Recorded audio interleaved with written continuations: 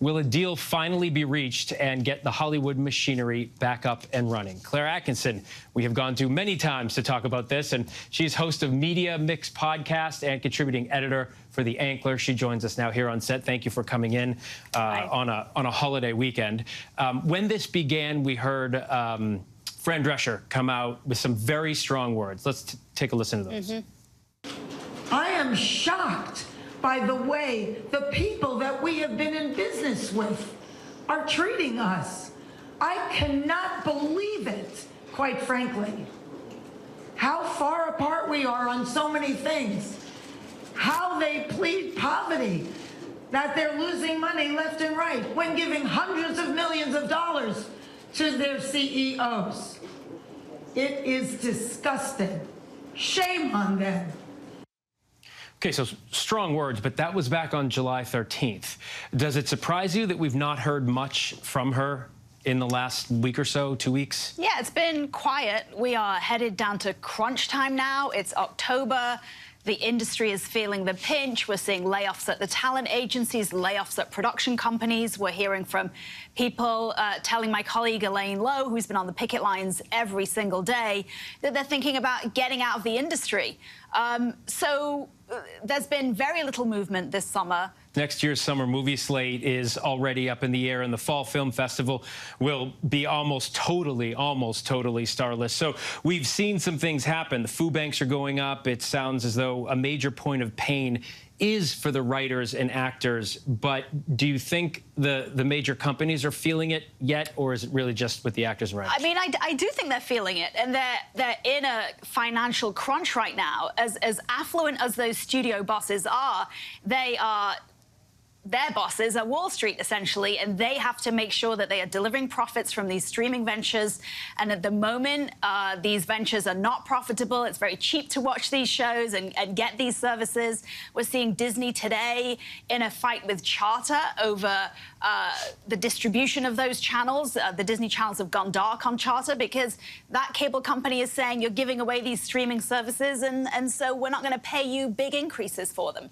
And so lots of problems for the studios every which way they look. Yeah, and you mentioned Disney, so this would be a good opportunity for us to mention that ABC News' parent company is Disney, is a member of the Alliance of Motion Picture and Television Producers that is negotiating with the writers and actors. This feels a little bit different this time. There's been a lot of talk of increased pay, mandatory staffing needs, writers being present on set, AI, and more. But to what extent is transparency at the heart of this? I think it's incredibly important. In the UK, in France, in Germany, a lot of writers, actors, producers, they get details of how their shows did on Netflix. And the US counterparts are saying, well, if they can have it, why can't we? With the streaming evolution, what we've seen is a rush to get shows out of the door. We had COVID, and then there was this huge need to rush shows out into production, to win the races between these different services, to beat Netflix. And now there's a huge pullback, and everybody is saying, we've spent the billions, and now we got to do cost savings. I'll just ask you what I asked you last time, and you probably have the same answer, but it's the million-dollar question. Yeah. I mean, with what we've seen so far, do you see anyone giving in anytime soon or any kind of resolution? I think the studios have to come back and give some more. I'm going to say that. I think that the WGA has to think about what their compromises are going to be, and that has to be, perhaps that's being back-channeled right now, and we don't know about it. With every union strike, and you referred to quite a few of them in the intro, there's trash talk and there is intransigence because everybody wants to get what they want. But, you know, the problem is the layoffs will spread. There'll be more harm in the industry. We've already had to come back from COVID, and now the industry is going to be coming back from the strikes. And how do these folks sit opposite each other and have polite conversations after they've been trashing each other with signs on the picket lines? Right. I mean, that's another question. There's bad blood here. How does the industry get over that to a place where everybody can be partners again? Yeah, and you're right. Coming out of COVID, people were so hurt, especially in that industry financially, coming out of COVID to have this now. You know, hope for a resolution for everybody involved. Absolutely. Claire Atkinson, thanks so much. It's always a pleasure to see you.